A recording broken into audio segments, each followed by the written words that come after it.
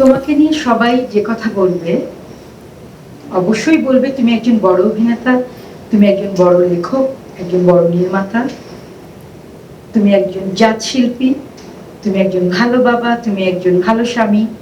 এই আসলে আজকে আমি এসব কিছুই বলবো না। আমি অনেক ভাগ্যবান যে আজকে আমি আমার চোখে তুমি, ব্যক্তিগত তোমাকে নিয়ে কিছু কথা বলবো যা আমার চারপাশ আলোকিত করে প্রতি মুহূর্তে, প্রতিটি সময়ে। আমি যখন ক্লাস 5-এ পড়ি, মনে আছে আমার, আমরা পুরনো ঢাকায় থাকতাম, বাসে করে রামপুরা টেলিভিশনে আসতাম। তো একদিন একটা নাটকে, আমি যেহেতু শিশু শিল্পী ছিলাম, তুমিও সেই নাটকে অভিনয় করেছিলে। নাটকটার নাম ছিল এই সেই কণ্ঠস্বর। তো ওই নাটকে আমি এবং আমার বোন তমালিকা, আমরা দুজনে তোমার মেয়ে হয়েছিলাম। তো ভিটিআর শেষ, রেকর্ডিং শেষ, আমরা দাঁড়িয়েছিলাম বাসের জন্য। ঠিক তখন তোমার গাড়িটা ক্রস করে যাচ্ছিল, তুমি আমাদের দেখে গাড়িটা থামালে এবং দেখলে যে আমরা কিছুই ট্রান্সপোর্ট পাচ্ছিলাম না। সেই তুমি আমাদেরকে, আমরা থাকতাম পুরনো ঢাকায়, তুমি আমাদের বাসা অবধি আমাদের নামিয়ে দিলে। আমি জানি না এত বড় একজন মানুষ, এত বড় একজন শিল্পী, তারা উল্টো দিকে গিয়ে কেউ কাউকে এভাবে হেল্প করেছে কিনা বা করে কিনা এত রাতে। তা আমার ওই ছোট্ট মনে এই ব্যাপারটা আমার মাথায় গেঁথেছিল। সেদিন থেকে তুমি আমার পছন্দের অভিনেতা। কিন্তু যখন আমার বিয়ে হলো, 19 বছর 2 দিন, তুমি আমাদের বাড়িটা খুঁজে দিলে। উনি চৌধুরী তোমার ইন্টারভিউ দিতে গিয়েছিল, আমাদের বাড়ি খুঁজে দিলে, ঠিক তোমাদের পাশেই। একসাথে আমরা 7 বছর ছিলাম। 7 দিনে 6 দিনই তোমাদের বাড়িতে খেতাম। আন্টি তো সব রান্না করতো, মানে কঠিন ভাবে বলতেন যে একদমই কিন্তু বাইরে খাওয়া চলবে না, একদমই বাসায় কিছু করা চলবে না, আমার বাসায় খেতে হবে। বিপাশা না বাসায় যদি খেতে পারে, তুমি পারবে না কেন? এরকম টেক কেয়ার পেয়েছিলাম।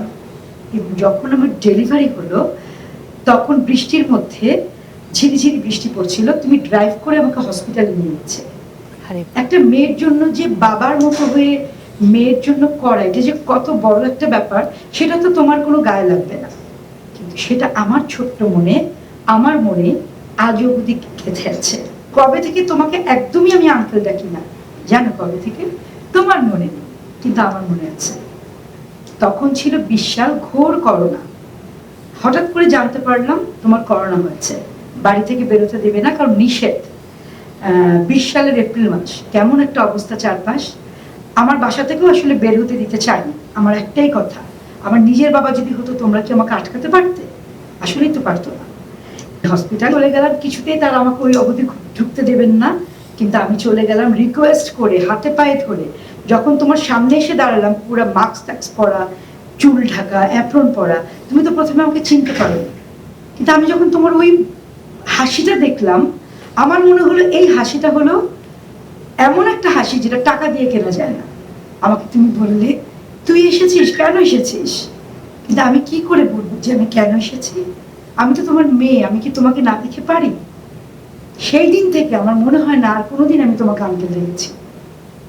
তুমি হলে আমার জীবনের বটবৃক্ষ, তুমি হলো আমার জীবনের ছায়া। তুমি হচ্ছ সেই মানুষ, শত বিপদে, দুঃখে, কষ্টে, অপমানে তোমার হাত যখন মাথার উপরে থাকে, আমার মনে হয় শান্তি। তোমাকে অনেক ভালোবাসি, শ্রদ্ধা করি, সম্মান করি। তুমি আমার দেশের একটা সম্পদ, তুমি এক এবং অনন্য।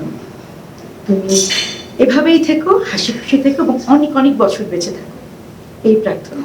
প্রতি সন্ধ্যায় তোমার জন্য আমি আলাদা করে প্রার্থনা করি। ভালো থেকো বাবা, লাভ ইউ। কি বলবেন? অনেক কথাই বললো, আমার বলার কিছু নেই। এটা মেয়েই হয়ে গেছে আমার আর কি, পুরোপুরি সব কথা মনে রেখেছে এভাবে। ওই করোনার দিনে যে সে ওখানে গিয়ে একদম সেই আইসিইউতে গিয়ে আমার সামনে দাঁড়ালো, যখন আমার তো বিশ্বাসই হয়নি যে কিভাবে সে ওখানে গেল বা কোন সাহসে গেল। এখনও বিভিন্ন অকেশনে বিভিন্ন সময়ে ঠিক হাজির হয় বাড়িতে। ও ডিরেকশন দেয় নাটকে, ওর একটা ব্র্যান্ড তৈরি করেছে সে নাটকে। মোটামুটি প্রায় সব নাটকে আমি অভিনয় করি। ওর একটা নাটকে 2 আমার মেয়ে হয়েছিল। এক্স্যাক্টলি, এটা আপনার সাথে আমার প্রথম কাজ, স্যারের মেয়ে, হ্যাঁ, যেটা স্যারের চয়নিকা মেয়ে। চৌধুরীর নির্দেশনায়।